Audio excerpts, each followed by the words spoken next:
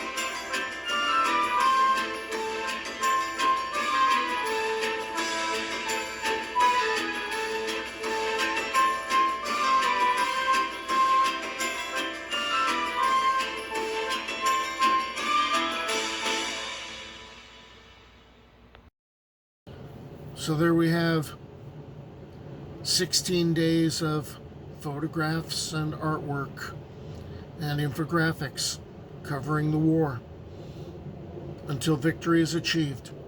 Slava Ukraini.